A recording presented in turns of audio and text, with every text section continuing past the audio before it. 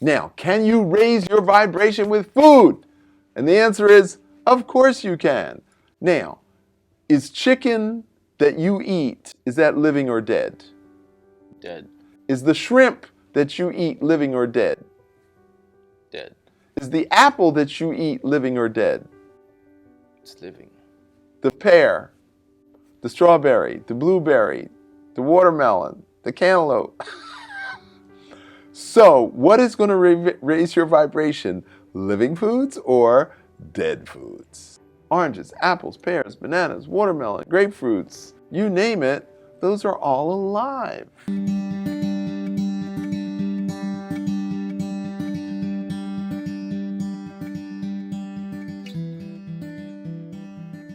How's it going, powerful people?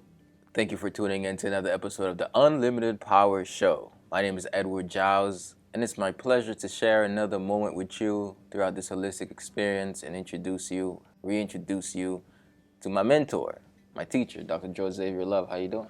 How are you, Edward? You know, I always like somebody to give an introduction. I always like all the guests, all the unlimited, powerful people to share themselves with the audience. So why don't you give us a quick To do my own introduction? Yeah, within 30 seconds? It's really difficult for me to introduce myself because I do so many things. I have done so many things. But I think this morning I got it worked out. So my real name is Love. I'm a doctor of Oriental medicine. In fact, I'm the first doctor of Oriental medicine. I'm licensed the first year that I was licensed in the state of Florida. And secondly, I'm the first non-Chinese Qigong master in America, and that's back in 1994. So that's basically it. But if I was going to introduce myself, it would be Dr. Love, Heart-Centered Healing. And I teach people how to transform through the emotions, through stillness, through movement, through food, and through spiritual elevation. So guide us through how you teach people and how they receive that teaching and how they apply it within their lives. Okay, those are excellent questions that cannot possibly be answered. And here's the reason why. Some people are auditory. They get their message from the ears. Some people are visual, they gotta see. And other people are kinesthetic. So I teach according to the person that's in front of me, okay? Some people come with knowledge, so their cup is full. So in order for me to teach them, I have to find out what they know. So I end up asking them questions, and from their answers, I can then add on and give them the links to make sense. Other people come completely blank. They have no information. So those people, I have to take them to kindergarten. Mm-hmm. All right? Other people, they can only see. And if they're not standing next to you or behind you, they can't get it. It's really difficult. So how do I teach people? However they can receive it. That's how I teach people. And then you ask me, what are the benefits of my teaching? The benefit is to change your life, is to upgrade your life, okay? So I've met many people who were very proud of themselves for their accomplishments. And then I look at them and I say, and next year, what do you want to do different? And they're like, oh, yeah. I said, yeah, every year you got to upgrade. No matter how good you think you are right now, you have to upgrade. I've been doing this work for 40 years, Ed, and every year I keep upgrading. I don't ever rest and say, oh, well, I know all this, I'm good to go. No, I keep upgrading because the more I know, the more I realize I don't know nothing. So I have to, every day I start at 0 and push it to 100. And next day I start at 0 and I push it to 100. So the benefit is what you want, what your focus, what your intention, and what your will is committing you to be dedicated to. That's the benefit. If you don't meet me with will, focus, and dedication, I can't help you at all. You know, when you said Okay? upgrade, I thought about a computer and our body, the hardware, our mind, the software, and our internal That's organs working exactly the along image I wanted you to with that. get. With that question, we upgrade sociologically, financially. How do we upgrade ourselves emotionally? I'm so glad you asked me that question. I made an equation. Any of you math geeks out there? EOS equals CHP plus APP. So your chip is your childhood program. Your app is your attitude, your perspective, and your perceptions. So your chip plus your app equals your emotional operating system. Now, your operating system is your subconscious, because your conscious mind is brilliant and creative and artistic and musical and wonderful and loving. But then, after an hour or two or three, whoop, you fall back asleep and your subconscious hijacks you, and then you're back to smoking, drinking, gambling, interneting, Facebooking, Instagram, and you're like hijacked into some distractive thing instead of being your wonderful, creative, loving self. So there's this constant battle between the conscious mind and the subconscious. Okay? So your question was, how do we develop mental wellness? How do we look at our emotional operating system? How can we transform our emotional operating system? That's your question. Exactly. Okay. So the answer is you first have to recognize what your emotional operating system is. Am I run by anger, fear, and worry? Am I run by ignorance and delusion and misinformation? Am I led by abandonment, rejection, and betrayal? Am I led by craving power, possessions, and perversion? So there's all these different permutations of our subconscious emotional states. And you have to pick and choose the ones that you are willing to work on. And when you can write down, well, I had an abandonment issue. Oh, yeah, well, I'm avoiding stuff. Oh, yeah, I'm addicted to coffee and sugar and donuts and whatever you're willing to work on. Then I teach you a Tibetan dream programming to reprogram your subconscious. How do we identify or reverse engineer our actions that are not giving us the results that we want to find out the subconscious links to our actions? Because how do we get that vulnerability of ourselves enough to be able to see into those past programmings? Because not everyone, even consciously, which in your unconscious mind, you may not even be aware of what you're thinking or doing.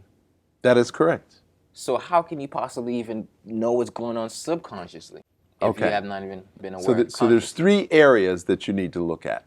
One is called self-destructive behaviors. So we all know when we self-sabotage. And so you have to get in the habit of journaling.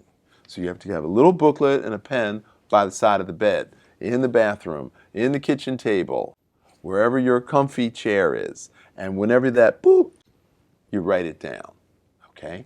And so you write down, boy, I sabotaged I forgot the whatever. So you keep a journal. The second area is called self-limiting visions. Oh, you can't do that. Oh, you won't be successful at that. Oh, my mother tried that. That doesn't work. And so you adopt the negative programming of all your family and friends. And then that becomes self-limiting. Okay? Oh, you can't write a book. What do you know about writing books? Oh, you can't write a movie script. You don't know anything about writing scripts. Well, I could learn. You could encourage me. Oh, you won't be successful at that. You better get a job with the post office. And that's what well-meaning family and friends do. They help you co-create a limited vision. The third area is automatic negative thoughts. Now, that's not from family and friends. That's what you yourself create. Oh, I can't. It won't work. So we have the automatic negative thought, we have the self-limiting vision, then we have self-destructive behaviors. And in journaling, you can write that down. Now, what I encourage people to do is create a mastermind group. 2, 3, 4, 5 friends get together and you say, hey, I got a problem with this and I need help this way. Oh, I got a problem. This is how I could use help. This is how I, and therefore we meet every day, or at least we talk on the phone every day and say, Ed, did you get the movie script done? Fred, did you get the garden planted? Sally, did you write your book yet? And so that constant reinforcement lifts you up. And that's how you get to understanding what your subconscious program is. Just building, I really like the last part, the community.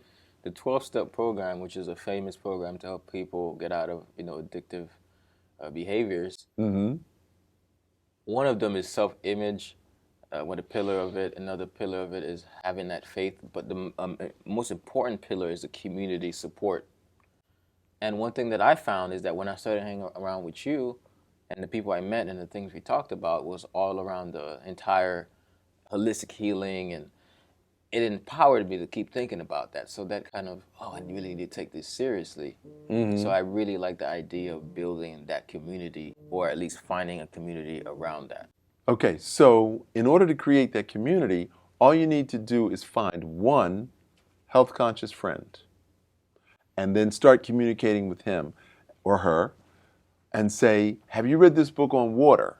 Have you read this book on sprouts? Have you read this book? And then start sharing information. And then that person will bring in another friend. And then you start sharing, and then you start meeting, and you start talking, and you start sending each other YouTube videos. And that's how you raise the consciousness and create a community. So you've got your 5, she's got her 5, he's got his 5, and then Dr. Love comes along and links all 5 groups, and now we got a community of 25 people who are all conscious and aware and elevated. And that's how we build that community. So you've done the self-analysis for yourself. You've surrounded yourself with like-minded people. What's next? Okay, so what's next is what we call the Egyptian sleep healing. And that's where we anchor the new behavior in theta. So waking state is beta. Then alpha is the dream state while you're falling asleep. Then theta is the healing genius state. And then delta is the deep sleep. And then you go back into theta, and then you go back into alpha, and then you wake up briefly, and then you fall back asleep. Then you wake up briefly, and then you fall back asleep. So you do that 4 to 6 times a night. Now, we have affirmations that we write in a circle. So when you read the affirmation, you have to turn it in a circle. We put the affirmation on top of a magnet. We get a glass of water and put it on top of the affirmation. So now the affirmation through the magnet is magnetized into the water. Now we chant or we tone or we sing for about 10 minutes. That creates a very positive internal vibration, and that's also going into the water. You drink the water, you fill the water up a glass again, and then put it down, and then you do a breathing meditation, which I pre-recorded on an audio tape, and then you fall asleep. And then when you wake up, you pick up your affirmation, you read it, take a sip of water, fall back asleep. And every time you wake up, you take a sip of water, reread the affirmation, and then fall back asleep. Finally, when you wake up, then you do your journaling. Okay? Now, you do that every day for 90 days, you're just going to keep getting higher and higher and higher. Because as you achieve one goal, you're going to set another goal. And if you achieve that one, you're going to set another one. So you're just going to keep going up and up and up. The question I want to ask you for the people watching is, what does the water do? Okay, so your body is 71% water, all right? Now, your brain is water. Blood is water. The fluid in your spine, cerebral spinal fluid, is water. So if we don't hydrate ourselves, then nothing works. But the vibration of the affirmation goes into the water. So there's a book called by Masaru Emoto called Messages in Water. And in this book, he explains that you can program water with positive messages. And that's the technique we use with the Egyptian sleep healing. As we spoke about vibrations and frequencies, Right. how do we raise our vibration, our aura, our frequency? Okay, that's a lot easier than you think it is. Okay? You ever have a fish tank and with a goldfish in it, and the goldfish is sick, and it's like, and it kind of like falls down to the bottom, and then the fish dies, and you get a new one, and the new goldfish is like swimming around. How do you go from death to life? Movement. So, dancing, spinning, spiraling, jumping, climbing, running, biking, skating, skiing, anything that moves, pumps the blood to the heart, that raises your vibration. You can't read a book and raise your vibration. You can have a very intellectually stimulating conversation, but as soon as the conversation is over, but you start running. Start with 20 minutes a day. And then after 3 months, go to 30 minutes and then 40 minutes. Eventually, you'll be running an hour a day and you'll be like, this is nothing. And people say, wow, your vibration is so high. What have you been doing? I've been running. That's all, just running. Yes, running will raise your vibration. Dancing, skiing, climbing, any of those things will raise your vibration. What else? Aha. Now, what is the opposite of movement? Is stillness. So there's sitting meditation, there's standing meditation, there's moving meditation. Okay? So there's 8 types of meditation that I teach, and one of those is going to be attractive to you because that's the one you're going to be consistently doing. Okay? So consistency is the key. So there's movement, and then there's stillness. So we have 8 meditations and we have 8 breathing exercises. And then we have 10 dances.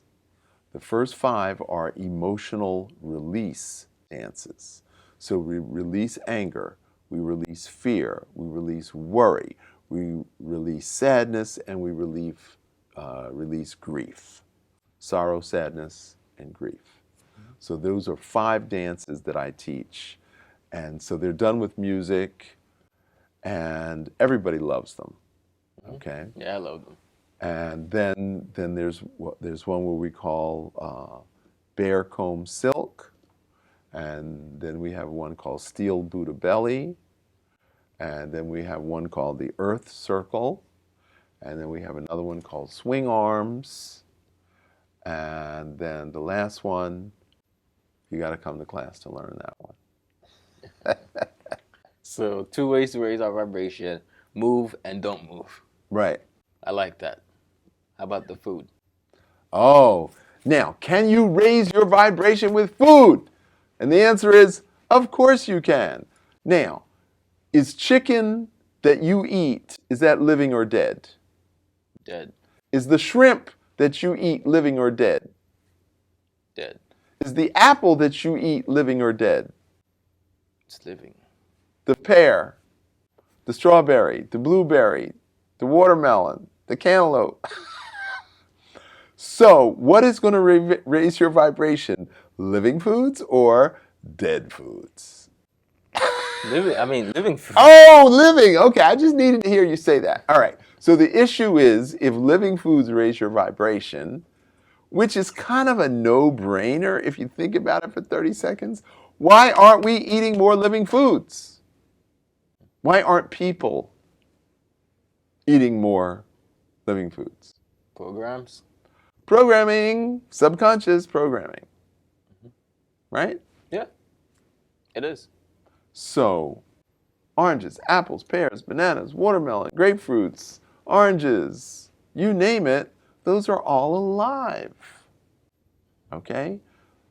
Lettuce leaves, celery leaves, butter lettuce, romaine lettuce, sprouts, they're all living.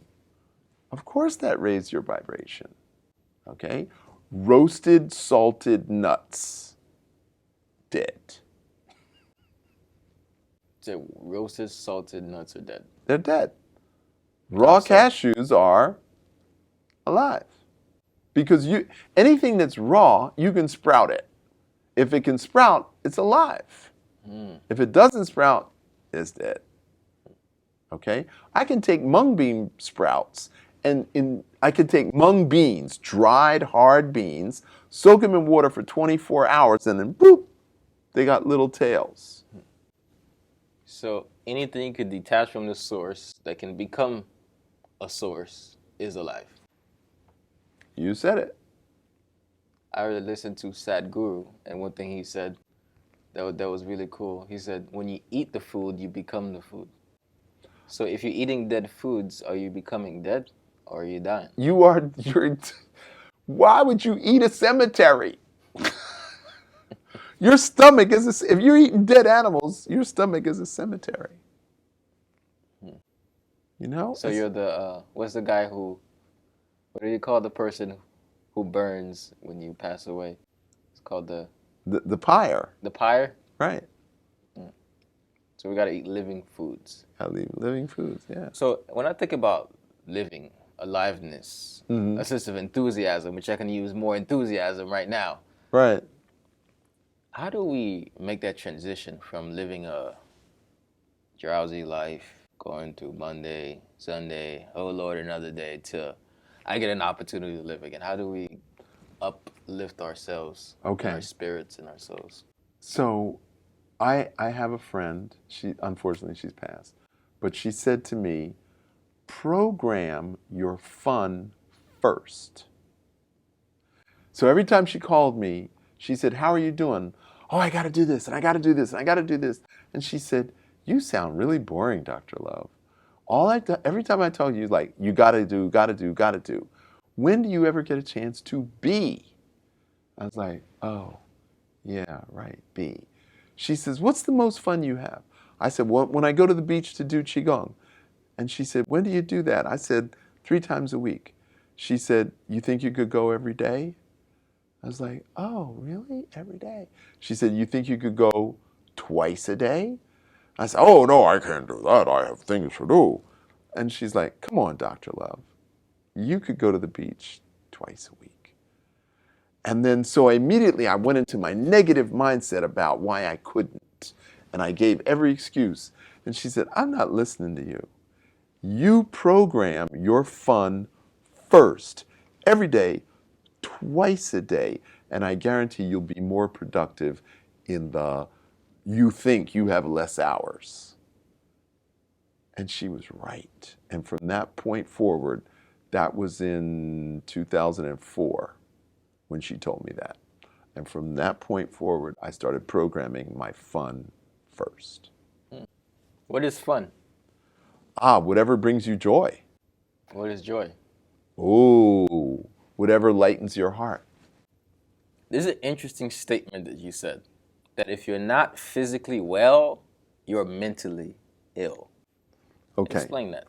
All right. So most of you should have heard of David Satcher, who was the first Black Surgeon General of the United States and simultaneous Secretary of Health, Education, and Welfare, Health and Human Services. So he held 2 cabinet posts simultaneously for 8 years in the Clinton era. Very significant. David Satcher had testicular cancer. He was an avid bicyclist, and he got testicular cancer from overriding his bicycle. He treated his cancer by himself without chemo or radiation. And he's the Surgeon General of the United States, which means he's a badass doctor. So he healed himself. So he was speaking at the NAACP in Miami, And he stood up. He was the featured speaker at this particular event. And he said, so somebody asked him, what's the proudest moment you had as Surgeon General? And he said, my last year as Surgeon General, I commissioned a white paper on mental health. And he said, and we determined that 50% of Americans suffer from anxiety and depression, and that exercise is equally effective as drugs for the treatment of anxiety and depression. So why would you not choose exercise first? And dead silence. And he said, the second thing I'm proud of is creating a white paper on mental wellness, not mental illness, mental wellness. And he said the definition of mental wellness is the ability to take care of your physical health. And if you do not take care of your physical health, you are mentally ill. Dead silence. He looks around the room. He said, I don't think you heard me. I'm going to ask the question again. And I busted out laughing. I couldn't help it. I was sitting in the back of the room because there were people there in walkers and wheelchairs and oxygen tanks. And, you know, if you are unable to take care of your physical health, unwilling, unable, you are mentally ill. Now, the first instinct is self-preservation, right? Yeah. You want to take care of yourself. Okay. So, fact, Mexico, 2015, there was a strike of hospital workers in this town in Mexico. Full moon was coming up. Every month, full moon, there's a bunch of bar fights and street fights and domestic abuse. So the newspapers put out, hospital workers on strike, don't go to the hospital this weekend. The police reported no bar fights, no domestic disputes. None. Zero. Why? Because they knew there was nobody there to take care of them. So they decided to take care of themselves. So if you get sick, if something happens to your knee or whatever, you run to the hospital, right? Mm-hmm. You're choking and coughing from smoking cigarettes or drinking too much whatever soda. You run to the doctor or the hospital. You don't look for ways to take care of yourself. That's mental illness. And I'm sorry if that offends you in any way, shape, or form, but that is the reality. You have to look for your own health. Your health is not a birthright. It's no guarantee. Historically, 50% of all children die before they're 5 years old. How do you think that affects their parents emotionally? If 50%, and that's all across the board, Europe, India, Africa, Asia. Until the last 150 years, the infant mortality rate was 50%. They didn't make it to 5. So you put all your time and energy and love into a kid and then he dies, that like rips your heart out. So therefore, you're very cautious and solicitous of your child's health. And when the child sees you taking care of yourself, then the child learns, I got to take care of my health. But when you grow up in a culture where just go to the doctor. Oh, my finger. Oh, go to the doctor. Don't try to treat it yourself. Just go to the doctor. So if everybody's doctor-oriented, pill-oriented, drug-oriented, then there's no responsibility for self, for health care. And that's why I exist. That's my reason, is to teach you how to stop abdicating your power. Abdicating means giving your power away. Stop giving your power away and choose to be healthy. Be well. I want you to be well. Learn how to eat right. Learn how to breathe. Learn how to meditate. Learn the best exercise for your body and emotional balance. That's the 5 transformations, and that's what I want for you. But Dr. Love, someone might say, I can't even get myself to wake up. I'm depressed. I'm sad. I'm mentally down. What do I Okay, do that's now? when I use my reverse psychology. And I say, I'm going to come to your house with an insurance policy for $1 million that if you die, I get $1 million. Do you get the reverse psychology? No. Because that means I'm going to benefit if you die. And then all of a sudden you're like, well, no, I think I want to live now. It It works. works It works for. for some cases. For the cases that I happen I to mean, I might choose, want you to it have $1 million. works. If I want to die, I might want you to have $1 million. Yeah. Yeah, you're not calling me. But If you really want to die, I'm not the one you call. but okay, you're anxious. You want to live. That's why you called me. And that's what I'm saying. I do want to live. What I'm asking you, the question that I'm asking you, is that you want. It is the actual thing good for your mental health is taking care of your physical health. But if Right. you're mentally deprived of your power in your mind to take charge of yourself and of your life, how can you possibly take care of your physical health? So what do we do then to be mentally well so that we could follow with our Okay. physical So I'm health? gonna tell you a short story. When I lived in New York, I had a bum that I took care of. Every Friday I gave this bum $10. A homeless person who lived behind the dumpster, who Okay. didn't have a place to live, who didn't have shoes, didn't have a coat. And so I personally supported this homeless person, and I gave him money for shoes. I didn't give him money for shoes. I got him shoes. I found out what size he was. I went and got him shoes. I got him a coat. And I supported this guy for a couple of years. This guy never got sick. He never said, oh, I need a treatment, my shoulder, my back. I got a cough. He never got sick. I'm like, how does this dude never get sick? I don't get that.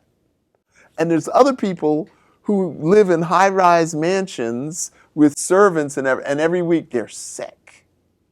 So he was not mentally ill. He made a choice to live on the street. That's a choice. Because he could have said, oh, put me in a shelter. Oh, get me a job. Oh, you know, he could have gone up the ladder if he wanted to. The options were there. He chose. His choice to live on the street. He's in control. He never got sick. I moved to Florida. Again, there's a homeless person living behind the dumpster.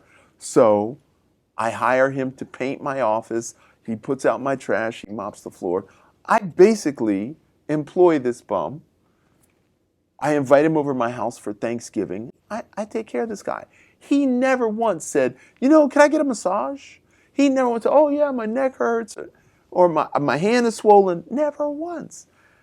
And I said, when I go on vacation, what do you do? He said, I go live behind another dumpster. He said, I do 2 6-packs a day. He's got a really low tolerance of alcohol. And so he panhandles to get money to get his 2 6-packs. And he does, if you don't give him food, he will not eat. He'll just drink. But he never got sick. So you tell me who's in control. What's the motivating factor if you have rent and house and car and food in the fridge and you're depressed? Go for a run, go swimming, go dancing, find a girlfriend, talk to somebody on the phone, go to a party, go walk on the beach at sunrise. There's so many ways you can shift the energy when you're feeling down. Come to the beach at 7 a.m. and do Qigong with Dr. Love. That'll shift your mood. All right? In fact, you've done that once or twice. Yeah, multiple times. Multiple times. I teach it too. And you teach my Qigong. I'm so proud of you for doing that. That really makes me feel good. That's good. So I have a bunch of students who are now venturing out to teach. I'm really, really happy about that. I mean, the way I see the world is nothing is for anybody. Everything is For for everybody. the world. Right. Yeah, everything is for everybody. Everything's for everybody. Even ideas. Even ideas. One of my friends was telling me, he was sharing an idea, and I was like, I like that idea. I'm going to mold it and turn it into something else, and I'll use it. He was like, make sure you give me credit. It's my idea. It's my idea. I was like, you just reminded me of an idea I already know. I just Right. Exactly. arranged your idea and delivered it. That's what I see. Sometimes we're a superconductor of energy. We're a vessel, That is correct. and information, energies is just flowing through. The question is, do you hold that energy back or do you give it out? I always say that one to people who may be feeling down. Why don't you do something good for someone else? That'll bring you up. That'll bring something, because you feel like your energy level is being risen because you're actually stepping outside yourself, going to help somebody else out. And that feeling in itself is a priceless feeling. Mm-hmm. And also just maybe looking at someone less fortunate than you. Like you said, the story of the homeless person and the fact that although his life may not, so you might see someone on the street and they don't have a house, they don't have a home, they don't have somewhere to be, but they're just enjoying. Maybe they don't drink 6 packs a day, or maybe they do, but they're enjoying their lives with nothing. They with feel them. like they're in control, They feel like they're in control. right? And I think that is the single most important focus of health, is to feel like you're in control of your life. So if I was paying you $200,000, but if I call you at 4 a.m., you have to answer, yes, sir. If I say, get to my house at 5:30 a.m., you got to be at my house at 5:29, all right? If I literally own you for that 200,000, you're going to be like, you know what? I don't know if this job is worth all that. Mm-hmm. That's why people quit their jobs, because they don't feel fulfilled. But other people who have kids and dependents, then they feel like, I can't quit my job. I have to keep going. And those are the people that get beat down all the time. Those are the people who gain weight because the stress level triggers cortisol production, which then creates the belly fat. Mm-hmm. Yeah, cortisol is one of those things that you need, but you don't need too much of it. When we talk about the energy, or I would say the emotional juices, or the juices of our brain. Now you want to get technical. Go ahead. Let's talk about those juices and what gets released when we do what. Okay, so we create experiences for ourselves. You know, we get caught in the rain, we go to a party, take a girl out on a date, we go meet the long lost friend you haven't seen in 20 years. So we create these experiences. There's an emotional content to the memory of that experience. And that memory is stored in the amygdala, okay? The amygdala doesn't know between what happened yesterday and 10 years ago. Mm-hmm. So the amygdala stores the memory.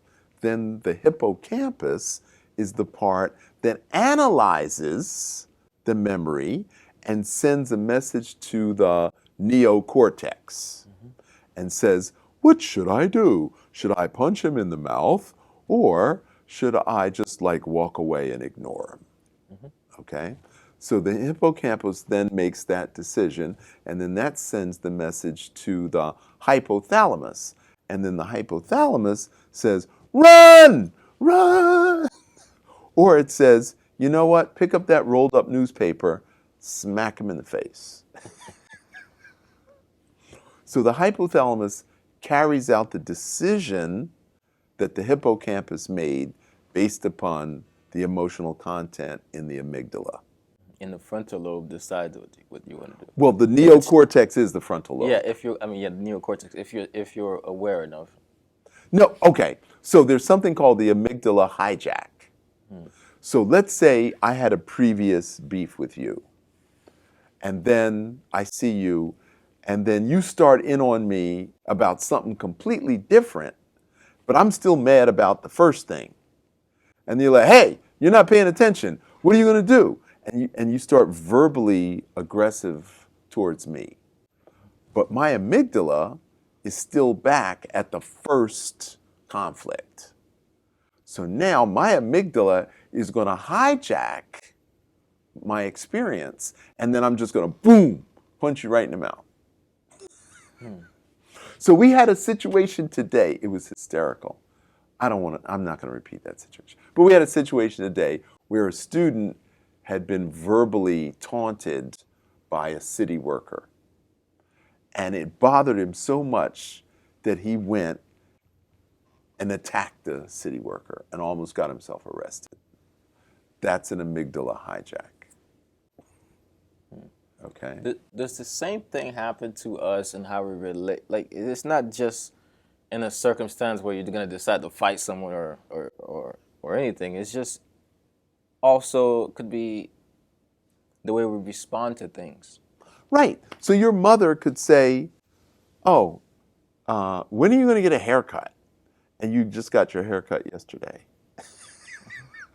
Or your girlfriend will say, oh, you're going to wear that shirt again? And you're like, this is a new shirt. I never wore this shirt before. So now you're feeling some kind of way, and now you get to choose how to respond. Oh, this is a new shirt you haven't seen before. Like, you don't pay attention to me. Don't you know this is a new shirt? So that's your choice to respond. That's when your hippocampus goes to the frontal cortex and says, how should we respond to this? Mm-hmm. Should we come up with the smart-ass answer, or should we go with, oh, I didn't know you were being rude answer? Mm-hmm. So does that answer your question? It does. Frontal lobe is where you have the most of your power because it's the power of choice, I believe. It's the power of... It's analysis. It's analysis. So what part of the brain do we choose with? Okay. So you have the reptilian brain. That's a choice. Then we have the mammalian brain that says, should I, shouldn't I, should I, shouldn't I? And then we have the neocortex, which is the divine brain, or the Amun-Ra, or the God within, and that says, choose the best path, the one that empowers everyone. This is where unconditional love is in the neocortex. Okay? So the mammalian brain is protection and defense of family and loved ones. The reptilian brain is, you are invading my territory. I am going to bite your head off. So you have three brains. So which one do you actually have control in all of them, okay? But the analysis is in the neocortex, okay? You call it frontal lobe, I call it neocortex. Where's the choice? You always have a choice in how to react.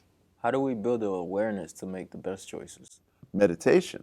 Mm-hmm. Well, meditation gives you the awareness. So mindfulness, where does that come in? Okay. Mindfulness is a fancy word that means absolutely nothing, because mindfulness requires training. And you can't just say, oh, mindfulness. Yeah, like fitness. Who knows what fitness is? Do you know what fitness is? And you're a fitness trainer. I mean, I feel like you're trying to get me on the spot, so I'm never gonna answer. Yeah, I'm So poking I'm wise. you. I'm poking the bear with a stick. That's my modus operandi. All right. So mindfulness training requires breathing, plus posture, plus visualization. So I went on, this is about a year ago, I typed in mindfulness, and like 50,000 websites came up, and most of them were medical doctors. Now, when did MDs become mindful? Because if they were, that would not be their profession. They'd be doing something different. Okay? So mindfulness is right speech, right actions, right livelihood, right concentration, right awareness, right meditation, okay? Right concentration and right vision, the ability to see. That's mindfulness.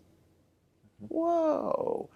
There's a whole lot of parts to mindfulness. And you have to be trained in all 8 parts if you want to be mindful. I mean, my definition of mindfulness is, I say, stepping outside yourself and looking into yourself. That's insight. Well, that is insight, but it's also a sort of mindfulness because it's understanding what's Well, since happening there are within you. 8 parts, any one of the 8 parts could be claimed as A mindfulness. section of it. Right. So the reason why I brought that up is the idea that you can look upon your own self. They call it the superego. and the ego. Introspection. Introspection. Right. To look within. So how do we use that concept, or how do we be, and can we stay in ourselves so that we can have that introspect, Okay. so that we can know what's going on? All right. So first of all, you have to study. You can't just pull it out of the air. Because if you could pull it out of the air, you would already been there, right? So typically your first teacher is your mother and your father. But if they don't know it, then where are you going to go? The priest, rabbi, imam? They don't know it. So that's not where you go. So where do you go? To yoga? Well, your yoga teacher doesn't really do meditation, so it's not yoga. So now where are you going to go? To Buddhism, Hinduism, Taoism? You have to go to somebody whose their whole premise, their whole platform is mindfulness. So that's Buddhism and Taoism. That's where you have to go. Now, martial arts is a part of Taoism. Medical training is a part of Taoism. Okay? So you've got Shaolin martial arts, which includes Buddhist meditation and medicine, a form of healing from injuries. So I don't want to go to nobody. I want to be mindful with me. How do I do that? You can't. You need a teacher. You cannot do it on your own. The mind that makes you sick is not the mind that can make you well. You can't make yourself well with your own thoughts. You have to have a teacher. But the teacher doesn't teach you what to think. The Teacher teaches you how to think. But you have to do the thinking yourself. Yes, but once you have a framework, then you can get there. So the last question I have before I ask you what's your final thoughts is, when you look at the millennial generation today, what do you see that we can start to apply within our lives so that we can be well and stay well? The thing I like most about the millennial generation is their hopefulness and the fact that they are intellectually curious. Now, granted, a lot of them think they know everything, but a lot of them also realize that they don't know very much, and they are seeking answers and they're seeking guidance, and they're smart enough to look for elders who can give them the missing links. Because the media is designed to confuse you and not really give you information. Okay? So you can't make sense out of nonsense. And if you're a millennial trying to figure things out and you realize, no, I can't figure things out, I need a teacher. Now, the teacher doesn't actually teach you, the teacher points you in the right direction. So when I say teacher, I mean a guide. I don't mean somebody who actually sits there and says 5 times 5, 5 times 6. That's not what I mean by teacher. So I can take you to the door of the temple, but you got to open the door and walk in the temple. I can take you scuba diving. I can take you and give you the tank and the mask and the snorkel, but your butt's got to go in the water. I can take you skydiving. I can take you up in the plane, put the parachute on, but you got to jump out the airplane. So that's what I mean by teacher. Okay? So a mind is like a parachute. It only works when it's open. So what would be your final message? Love yourself so you can love others. I like that. Thank you for sharing that, Dr. Lowe. Thank you. Love yourself so you can love others, from the one and only Dr. Love. Thank you for tuning in to the Unlimited Power Show. My name is Edward Giles, and I want to remind you that you have the unlimited power in you to achieve whatever it is that you want. But first, you have to believe it before the world can receive it. And until you do that, The world will forever miss all your talents, all your gifts, and all the great things that you have to offer. So remember, let your light shine, don't hide it, don't dim it.